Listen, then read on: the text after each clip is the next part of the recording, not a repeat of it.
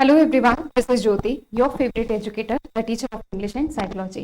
I hope आपने last वाले sessions देखे होंगे और आपको जरूर पसंद आए होंगे. गाइस, आज मैं आपको पढ़ाने वाली हूँ एडजेक्टिव. एडजेक्टिव बेसिकली क्या होता है, जरा इससे स्टार्ट करते हैं. ठीक है, देखिए, आपने बचपन से पढ़ा है नाउन या प्रोनाउन की विशेषता बता दो तो एडजेक्टिव कहलाता है. अच्छी बात है, पर थोड़ा सा इसको और ऐड कर लीजिए. इसमें कुछ नाउन या प्रोनाउन कैसा है या फिर कैसी है. नाउन या प्रोनाउन कैसा है या फिर कैसी है, ये बात बिल्कुल राइट है कि नाउन और प्रोनाउन की विशेषता बताना.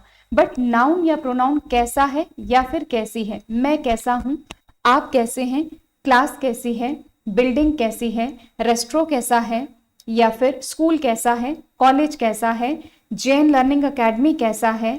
राइट, कुछ भी बोल सकते हैं आप. तो जितने भी कोई भी नाउन या प्रोनाउन कैसा है या फिर कैसी है का आंसर जो आपको मिलता है वो होता है एडजेक्टिव. अब ये मैं अच्छा हूं, मैं तुमसे ज्यादा अच्छा हूं, मैं सबसे ज्यादा अच्छा हूं, अगर आपने ये सेंटेंसेस सुने हैं तो इसमें आप क्या यूज कर रहे हो, एडजेक्टिव यूज कर रहे हो. मैं अच्छा हूं, मैं तुमसे ज्यादा अच्छा हूं, मैं सबसे ज्यादा अच्छा हूं, अल्टीमेटली आप इसमें एडजेक्टिव यूज कर रहे हो. ठीक है, अब एडजेक्टिव में आपने पॉजिटिव डिग्री का यूज किया, कंपैरेटिव डिग्री का यूज किया और इसके साथ साथ सुपरलेटिव डिग्री का यूज किया. तो यू आर यूजिंग 3 डिग्रीज. आपने डिग्रीज पढ़ी हैं कंपैरेटिव, सुपरलेटिव एंड पॉजिटिव. पहले आप पढ़ते हैं पॉजिटिव, कंपैरेटिव एंड सुपरलेटिव. ठीक है, अब जब एडजेक्टिव की हमेशा क्या होती हैं, डिग्रीज होती हैं. तो आज हम एडजेक्टिव के डिग्रीज को ही पढ़ने जा रहे हैं और एक छोटा सा सेशन है ये आपको डिग्रीज को समझाने के लिए. और डिग्रीज हमेशा बनती हैं एडजेक्टिव या फिर एडवर्ब की. कोई भी नाउन या प्रोनाउन कैसा है या फिर कैसी है का आंसर होता है एडजेक्टिव. इसको भी मैं डिटेल में बताऊंगी, बट आज सबसे पहले हम डिग्रीज का फॉर्मेशन सीखेंगे, यानी कि कंपैरिजन ऑफ डिग्रीज का एक टॉपिक है एडजेक्टिव में. पहले हम उसको कवर करेंगे, फिर हम चलेंगे इसकी डेफिनेशंस क्या है, एडजेक्टिव होता क्या है, एडजेक्टिव के रूल्स कैसे पूछे जाते हैं, एसएससी में क्वेश्चन कैसे पूछे जाते हैं, ये हम सीखेंगे बाद में. आज हम सीखने जा रहे हैं कि एडजेक्टिव की जो 3 डिग्रीज होती हैं, कंपैरिजन ऑफ एडजेक्टिव, इनको बनाना कैसे है, इनका फॉर्मेशन कैसे है और इनका कंपैरिजन कैसे है, और इनसे जुड़ी हुई कुछ छोटी मोटी बातें. कहने के लिए छोटी मोटी बातें हैं, बट एसएससी और बैंक के एग्जाम में सबसे ज्यादा रोल प्ले करती हैं ये डिग्रीज. तो इसलिए आपको बहुत कंसंट्रेशन से इसको समझना चाहिए. देखिएगा, आज हम बात कर रहे हैं डिग्रीज की. डिग्रीज में मेरे बोर्ड पर मैंने 3 डिग्रीज लिखी हैं बच्चों, positive degree, comparative degree and superlative degree. ठीक है, वैसे तो आप लोगों के मन में एक बड़ा भ्रम है कि पॉजिटिव डिग्री केवल विशेषता बताती है ना. ये एक बड़ा भ्रम है, बट इसको हम आने वाली क्लासेस में देखेंगे कि पॉजिटिव डिग्री केवल विशेषता नहीं बताती, बल्कि 2 चीजों को इक्वल भी करती है, 2 चीजों के बीच में कंपैरिजन भी करती है और सब में से बेस्ट भी चूज करती है. वो हम रूल्स के तहत देखेंगे, वो हम रूल्स को जब पढ़ेंगे तब देखेंगे. लेकिन आज हम सिंपली बात कर रहे हैं पॉजिटिव, कंपैरेटिव, सुपरलेटिव. अब मैं अगर आपसे पूछूं गाइस कि ये जो स्वीट लिखा हुआ है, ये जो स्वीट लिखा है, इस स्वीट को आपने स्वीटर ही क्यों लिखा है, मोर स्वीट क्यों नहीं लिखा. या फिर मैं आपसे ये जानना चाहूं कि डिग्रीज का फॉर्मेशन कैसे होता है, तो उसके बारे में थोड़ी सी चर्चा करिए. काफी बच्चों को पता भी होगा और शायद काफियों को नहीं भी पता होगा. तो थोड़ा सा इसके बारे में जानकारी लेते हैं कि स्वीट में स्वीटर क्यों लगाया और मोर स्वीट क्यों नहीं लगाया. ऐसे ही स्मॉल में स्मॉलर क्यों लगाया, मोर स्मॉल क्यों नहीं लगाया. टॉल में टॉलर क्यों लगाया, मोर टॉल क्यों नहीं लगाया. पहली बात तो आप रट्टाफिकेशन से थोड़ा सा बाहर आइए और चीजों को समझिए. ये नहीं कि हम बचपन में पढ़ रहे थे और बचपन में हमने पढ़ा कि पॉजिटिव, कंपैरेटिव, सुपरलेटिव डिग्री है, उठा के उसको रटना शुरू कर दिया, sweet, sweeter, sweetest, tall, taller, tallest. ऐसा मत करिए. अब आप कॉम्पिटिटिव एग्जाम की तैयारी कर रहे हैं तो थोड़ा सा विजिलेंट होकर के अपनी तैयारी को आगे बढ़ाइए, रादर देन की हर चीज को आप रटते फिरें. ठीक है, चलिए, तो पॉजिटिव, कंपैरेटिव, सुपरलेटिव. अब यहां देखते हैं, हमारा क्वेश्चन था कि हमने मोर स्वीट क्यों नहीं लिखा और स्वीटर क्यों लिखा, मोर स्मॉल क्यों नहीं लिखा, स्मॉलर क्यों लिखा. इसके लिए मैं थोड़ा सा ब्लैंक पेज ले लेती हूं. मुझे उम्मीद है कि ब्लैंक पेज पे आपको नजर आएगा. ये मैं प्रेजेंटेशन मोड से बाहर आ जाती हूं और यहाँ मैंने ले लिया एक ब्लैंक पेज. इसका थोड़ा बैकग्राउंड चेंज कर लिया जाए ताकि आप लोगों को थोड़ा बैकग्राउंड चेंज कर लिया जाए, नहीं तो क्या है, लाइट बैकग्राउंड में ओफो दिखाई नहीं देता. चलिए, कोई बात नहीं. इसको ओके कर देते हैं।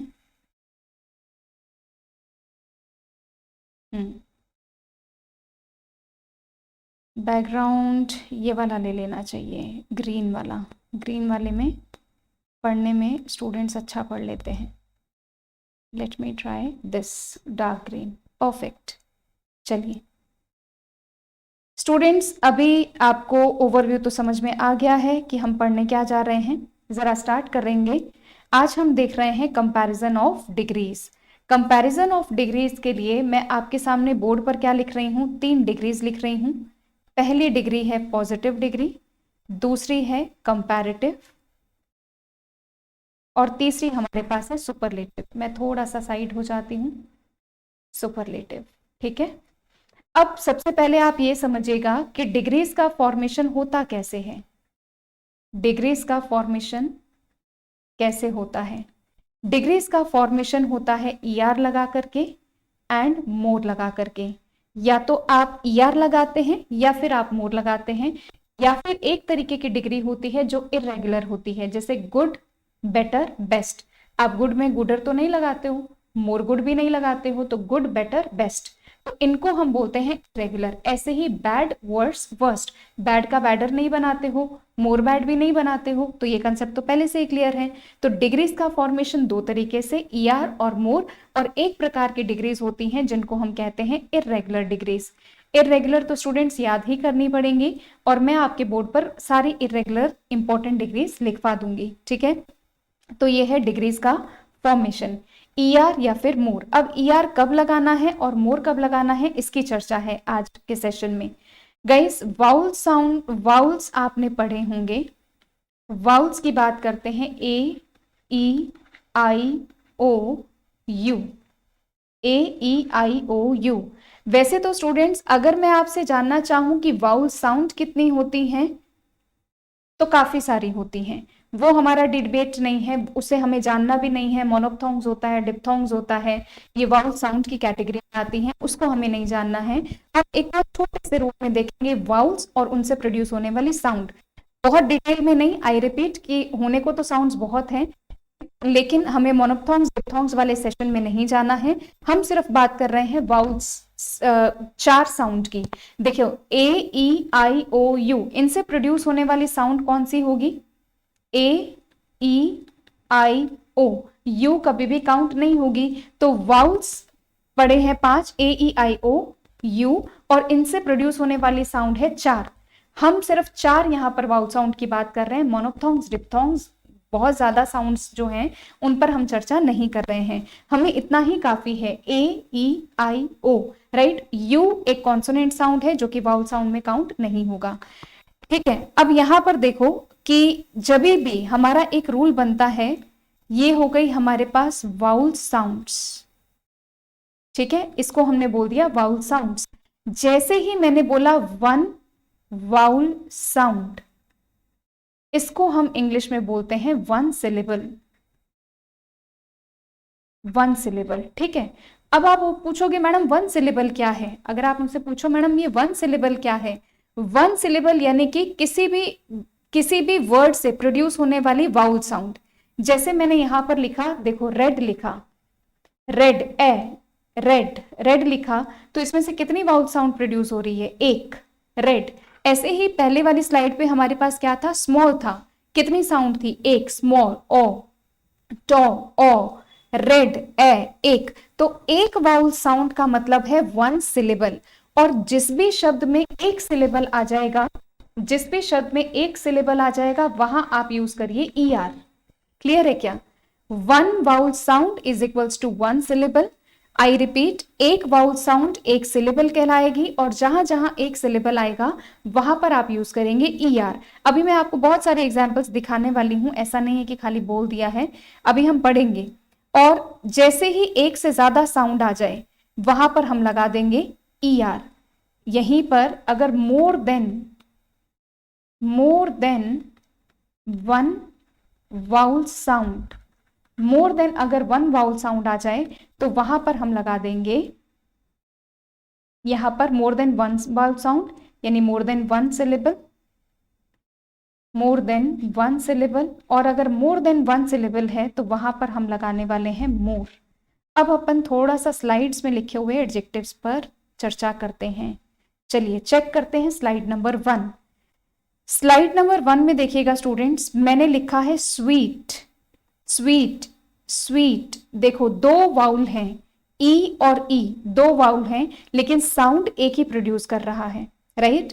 दो वाउल हैं लेकिन साउंड एक ही प्रोड्यूस कर रहा है, तो यहां पर हम इसको एक ही वाउल, एक ही सिलेबल काउंट करेंगे। इस नाते यहां पर आ गया ई आर और यहां पर आ गया ई एस टी। ठीक है, हमारे पास जितने भी वाउल साउंड हैं हम उसकी चर्चा कर रहे हैं। स्वीट में एक वाउल साउंड थी और एक वाउल साउंड का मतलब है एक सिलेबल, और एक सिलेबल का मतलब है ई आर लगा देना, और एक से ज्यादा सिलेबल हो तो मोर लगा देना। ठीक है, स्मॉल, यहां पर चेक करिएगा, स्मॉल की अगर मैं चर्चा करूं तो स्मॉल, ओ, टॉल, ओ, एक वाउल साउंड है। स्मॉल में भी कितनी वाउल साउंड है? वन वाउल साउंड, और एक वाउल साउंड का मतलब होता है एक सिलेबल। इसी तरीके से टॉल, टॉल में कितनी है? One vowel sound. अगर एक वाउल साउंड है तो एक सिलेबल, और अगर एक सिलेबल है तो ई आर। चेक करिए, यहां पर भी ई आर और यहां पर भी ई आर। जब ई आर मिल गया तो ई एस टी मिलने में तो कोई दिक्कत नहीं है। ई आर मिल गया तो यहाँ ई एस टी मिलने में कोई समस्या नहीं है। E R E S T, E R मिल गया तो ई एस टी लिखा जाता है सुपरलेटिव में। अगली स्लाइड पे जरा देखते हैं कैसे हम पहचान पा रहे हैं। ये मैंने आपको रूल लिखवाया था, आपको लिख लेना चाहिए वैसे तो। बोल्ड, ओ, ओ, क्लेवर, क्लेवर, क्लेवर, है ना। काइंड, अब आप कहेंगे क्लेवर, अर।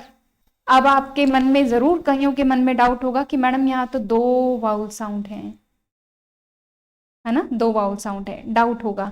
चलिए इसको मैं स्टार मार्क करती हूं, समझेंगे इसको भी। ठीक है, kind, kinder, E R, boulder. ठीक है, आगे चेक करिए, यंग, य, अ, एक वाउल साउंड, ग्रे, ए, एक वाउल साउंड। एक वाउल साउंड का मतलब है एक सिलेबल, और एक सिलेबल का मतलब है, यहां पर आप देखेंगे कि वन वाउल साउंड है, यहां पर वन वाउल साउंड प्रोड्यूस हो रहे हैं। इसका मतलब कि यहां मैं लिख सकती हूं कि ये वन वाउल साउंड है तो ये वन सिलेबल है, वन वाउल साउंड है तो ये वन सिलेबल का काम कर रहा है, और अगर ये एक सिलेबल है तो यहां पर ये काम कर रहा है ई आर। अगर ये एक सिलेबल है तो यहां पर काम कर रहा है ई आर, ये मैंने लिख दिया E R.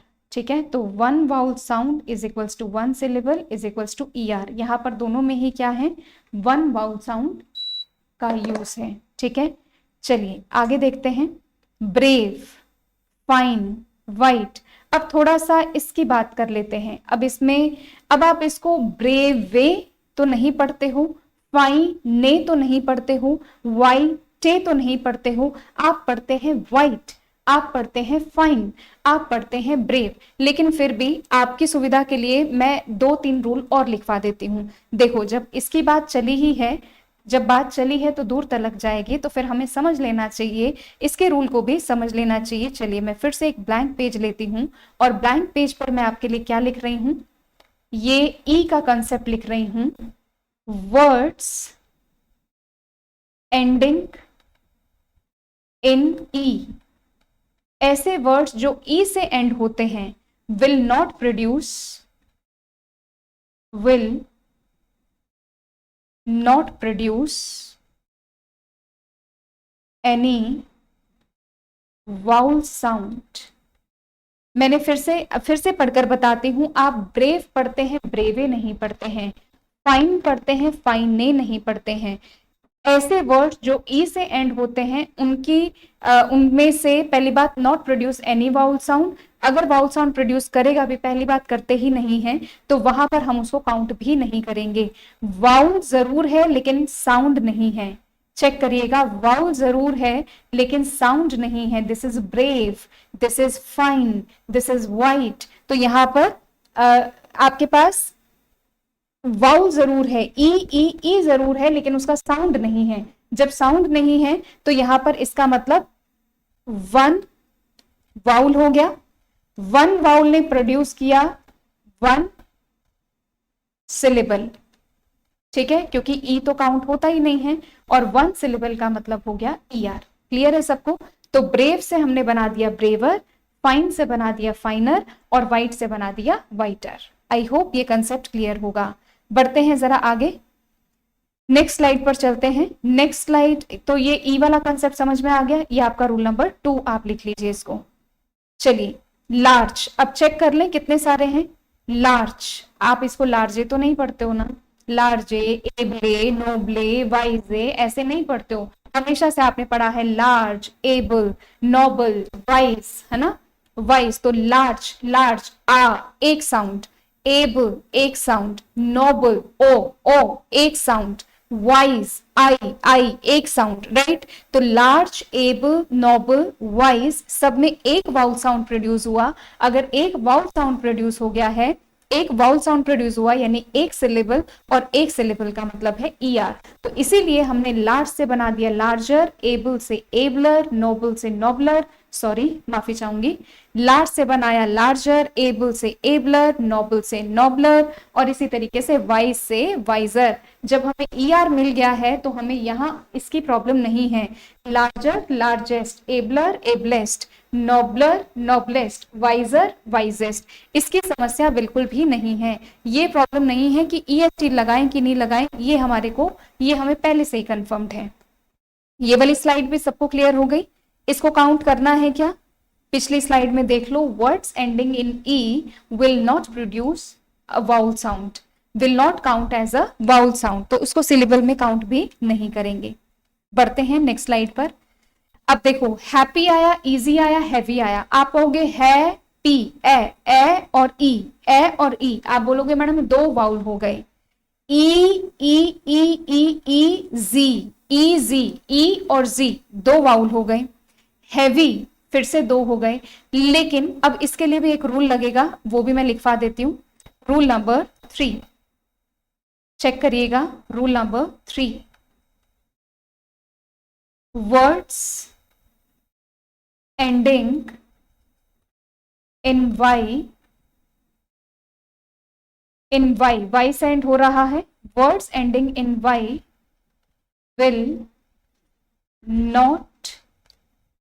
will not count as a vowel sound, as a vowel sound, ठीक है। Words ending in Y will not count as a vowel sound. Y एक कॉन्सोनेंट है बच्चों, वाई एक कॉन्सोनेंट है, और कॉन्सोनेंट के साउंड हम काउंट नहीं करेंगे। वाई कॉन्सोनेंट होने की वजह से तो जो लास्ट में ई बच रहा है उसको हम काउंट नहीं करेंगे। तो फिर बचा क्या? वाई कॉन्सोनेंट है तो फिर क्या बच गया हमारे पास? बच गया है ई, यहां पर देखिएगा है, ठीक है ई है, तो ये वाला तो काउंट ही नहीं होगा ना ई, क्योंकि ये कॉन्सोनेंट है। ये वाला जो वाई है ये अपने पास कॉन्सोनेंट है। जब ये वाला वाई कॉन्सोनेंट है तो ये काउंट नहीं होगा, कॉन्सोनेंट नहीं काउंट होगा। तो happy, happier, easy, easier, heavy, heavier, और ईआर बन गया तो हैप्पीएस्ट, इजीएस्ट एंड हैवीएस्ट। ठीक, मेरे ख्याल से ये स्लाइड भी अच्छे से क्लियर हो गई होगी। ये लीजिएगा, स्क्रीनशॉट लेना चाहो तो स्क्रीनशॉट ले लो, लिखना चाहो तो पॉज करके लिख लो, अगर फास्ट फॉरवर्ड पर देख करके आप नोट्स बनाना चाहो, जैसी भी आपकी इच्छा है। अल्टीमेटली आप ही के लिए स्लाइड्स तैयार की जा रही हैं, ठीक है, और जैसा भी आपको कन्वीनियंट हो आप इसको लिखिएगा, ठीक है। मैंने यहाँ पर ये पूरा वापस से मिटा कर लिख देती हूँ। ये जो वाई है, ये जो वाई है, ये जो वाई है, ये काउंट नहीं होगी। क्यों नहीं होगी? पिछली स्लाइड पे इसका रीजन भी लिखा है, कॉन्सोनेंट होने की वजह से काउंट नहीं होगी, ठीक है। बढ़ते हैं नेक्स्ट स्लाइड की तरफ। अब देखेंगे वेल्दी, ये भी काउंट नहीं होगी, सेम रूल बन गया। वेल्दी से क्या बन गया? वेल्दियर, ईआर लग जाएगा, और वेल्दीएस्ट। नेक्स्ट चलते हैं। वैसे तो इसका भी रूल होता है, इसका रूल क्या होता है? Two vowels together. चेक करिए, क्या टू वाउल्स टुगेदर लिखे हैं? क्या टू वाउल्स टुगेदर लिखे हैं? क्या ई ए। आप इसको ई ए तो नहीं पढ़ते हो ना, आप इसको एक साउंड काउंट करके पढ़ते हो, ये नहीं पढ़ते हो। वेल्दी नहीं पढ़ते, इट्स वेल्दी, एल्दी, वेल्दी, तो वेल्दियर, वेल्दीएस्ट, ठीक है। टू वाउल्स टुगेदर, दो वाउल्स एक साथ आए हैं और कितनी साउंड आ रही है, two vowels together is equals to one vowel sound, two vowels together is equals to, ये मेरा marker is a big some issue, इसको रिजॉल्व करना पड़ेगा।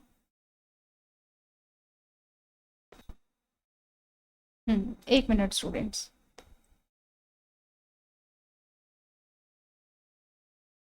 To vowels together is equals to one vowel sound, और अगर one vowel sound है तो is equals to one syllable, और अगर एक सिलेबल है तो ईआर, वही हमने इस वेल्दियर में भी एप्लीकेबल किया है। बढ़ते हैं नेक्स्ट, चेक करिएगा, रेड, बिग, हॉट, एक साउंड, यहां पर इस पूरी स्लाइड में वन वाउल साउंड है, एक वाउल साउंड होती है वन सिलेबल के बराबर, और जिस भी एडजेक्टिव में एक सिलेबल होगा, जिस भी एडजेक्टिव में एक सिलेबल होगा, जिस भी एडजेक्टिव में एक सिलेबल होगा वहां पर क्या हो जाएगा, ईआर हो जाएगा। तो रेड, बिग, हॉट, तो क्या बन गया, रेडर, बिगर, हॉटर। जब रेडर बन गया तो रेडेस्ट अपने आप मिल गया आपको, रेडेस्ट अपने आप मिल गया, बिगेस्ट अपने आप मिल गया, और हॉटेस्ट अपने आप मिल गया, ठीक है। इसके लिए कोई डिबेट नहीं है। बढ़ते हैं नेक्स्ट, थिन, थिन, चेक करिएगा कितने साउंड आ रहे हैं भाई, थिन एक साउंड, सैड एक साउंड, फैट एक साउंड, तो thin, thinner, sadder, fat, sad, sadder, saddest, fat, fatter, fattest, thin, thinner, thinnest, एक एक वाउल साउंड है। ये डिग्रीज कौन सी हैं, ये तो पहचान पा रहे हो ना, पता चला ये डिग्रीज ही नहीं समझ में आ रही हो, ये पॉजिटिव डिग्री है, ये कंपैरेटिव डिग्री है, और ये सुपरलेटिव डिग्री है, ठीक है। ये है आपके पास सुपरलेटिव डिग्री।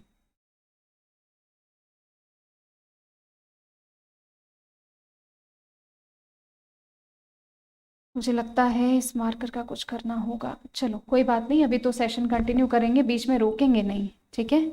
इसको नेक्स्ट क्लास में थोड़ा सा सही कर देंगे, चलिए कोई बड़ी बात नहीं है।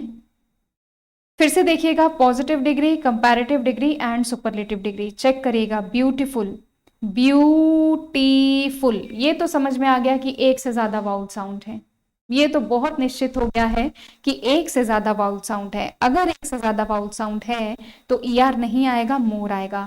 डी फी कल्ट, डी ई फी ई कल्ट, तो डिफिकल्ट, एक से ज्यादा वाउल साउंड हो गए, एक से ज्यादा वाउल साउंड हुए तो एक से ज्यादा सिलेबल, एक से ज्यादा सिलेबल हुए तो मोर आएगा, तो मोर, ब्यूटीफुल, मोर डिफिकल्ट, जहां मोर आ गया वहां पर मोस्ट एंड मोस्ट।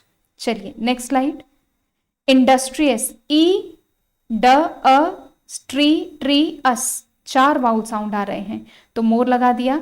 करेजियस, क रे जी अस, मोर, एक से ज्यादा वाउल साउंड आया यानी एक से ज्यादा सिलेबल, एक से ज्यादा सिलेबल का मतलब है मोर। चलिए अब बात करते हैं हम कुछ इररेगुलर कंपैरिजन की। मैंने आपको पहले ही बताया था कि एक तो है कि आपने ईआर लगा दिया, एक है मोर लगा दिया, वहां तक तो आपको सबको समझ में आ गया। वाई क्यों नहीं काउंट करना, कॉन्सोनेंट साउंड है। ई काउंट नहीं होता, प्रोड्यूस ही नहीं करता साउंड, आप ब्रेवे और फाइने और इस तरीके से नहीं पढ़ते हो, it is fine, it is brave, it is polite, आप ई साउंड को प्रोड्यूस नहीं करते हो। जब ई साउंड प्रोड्यूस ही नहीं हो रही है तो उसको वाउल हमें काउंट करना ही क्यों है, यानी सिलेबल काउंट नहीं होगा। थर्ड जो हमारा डिग्रीज आती है वो आती है इरेगुलर, जिनको हमें याद करना पड़ता है, इसका कोई रूल नहीं है। पहला जो मैंने इरेगुलर एडजेक्टिव लिखा है वो लिखा है गुड और वेल, गुड और वेल, चेक करिएगा, गुड और वेल, गुड और वेल दोनों का ही मतलब होता है अच्छा, हालांकि वेल है आपके पास एडवर्ब जबकि गुड है एडजेक्टिव। आगे चल के धीरे धीरे इसमें भी डिफरेंशिएट करना सीख जाओगे।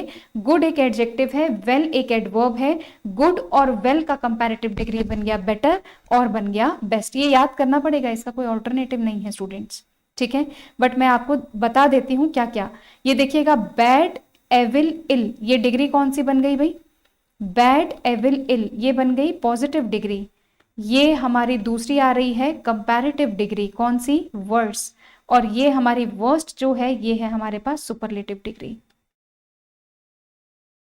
अब ज्यादातर बच्चे बैड की डिग्री तो बता देते हैं, बैड की डिग्री में कोई प्रॉब्लम नहीं आती, प्रॉब्लम कहाँ आती है, एविल में आ जाती है, इल में आ जाती है ना। तो एविल का एविलियर पता नहीं क्या क्या बनाते रहते हैं, फिर कहते हैं madam out of the syllabus question आ गया था। एविल हो गया, इल हो गया, बैड हो गया, सबका मतलब होता है बुरा, और इसका जो कंपैरेटिव बनता है वो बनता है वर्स्ट, और जो सुपरलेटिव बनता है वो बन जाता है वर्स्ट।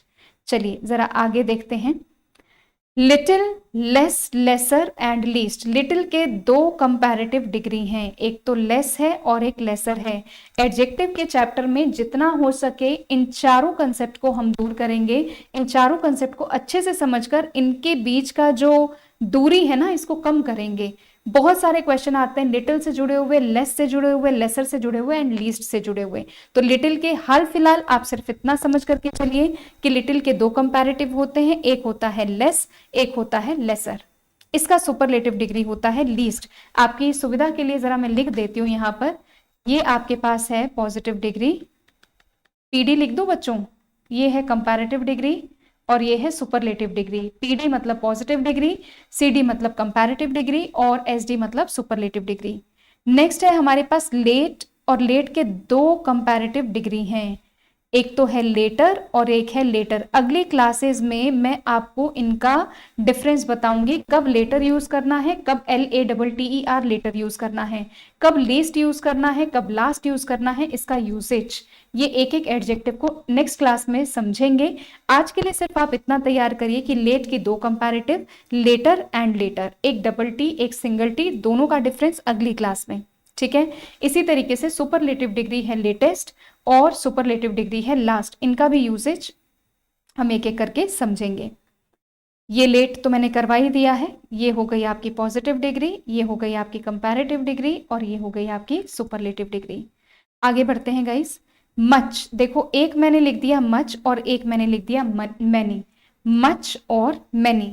मच हमेशा मात्रा बताता है, हमेशा संख्या बताएगा।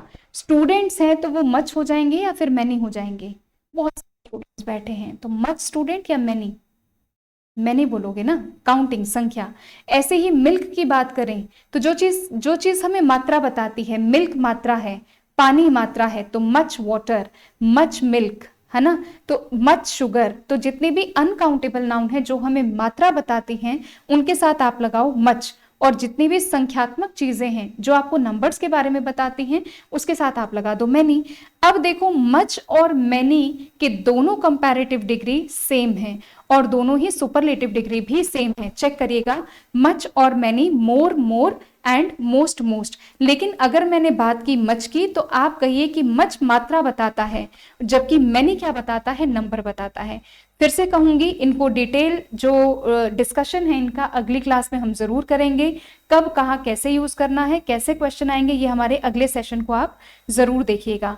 नेक्स्ट जो हमारा डिग्री है वो है ओल्ड। ओल्ड के दो कंपैरेटिव होते हैं, एक है ओल्डर और एक है एल्डर। इसी तरीके से ओल्डेस्ट और एल्डेस्ट। मैं फिर से कहूंगी guys, old, older, Elder, oldest, eldest. आप सिर्फ अभी इतना याद करिए कि ओल्ड के कंपैरेटिव डिग्री कितने होते हैं, तो आप देखिएगा 2 होते हैं। सुपरलेटिव डिग्री कितनी होती हैं, 2 होती हैं। तो इतना याद करके चलिए, अगली क्लास में मैं आपको एक एक करके समझाऊंगी कि ओल्डर कब यूज करना है, एल्डर कब यूज करना है, ठीक है। फार, फार्दर, फारदेस्ट, और फार का एक और कंपैरेटिव भी होता है, वो होता है फर्दर। मैं लिख दे रही हूं, फार का एक और कंपैरेटिव भी होता है एंड दैट इज फर्दर। तो ये रहा आपका पॉजिटिव डिग्री, ये रहा आपका कंपैरेटिव डिग्री, ये रहा सुपरलेटिव डिग्री, ठीक है। तो आज के सेशन में हम यहीं तक ही इसको पढ़ेंगे। अगली क्लास में फार, फार्दर कब यूज करना है, ओल्ड, ओल्डर कब यूज करना है। नेक्स्ट एडजेक्टिव की क्लास में इररेगुलर डिग्रीज को यूज करने के क्वेश्चन आंसर एंड इसकी थ्योरी आपको समझाई जाएगी। So stay tuned with us.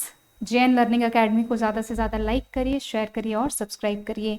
जितना हो सके बच्चों को बताइए कि यहाँ पर क्लासेस, अभी recently I have started this channel, long back मैंने कोई 2-4 ऐसे पता नहीं था तब यूट्यूब के बारे में, तब थोड़ा बहुत डाला था, कुछ एक वीडियोस अपलोड किए थे. So I will request all of you to kindly share, kindly like and kindly subscribe. बहुत बहुत शुक्रिया, बहुत बहुत आभार. मिलते हैं नेक्स्ट सेशन में. Thank you so much. God bless you all.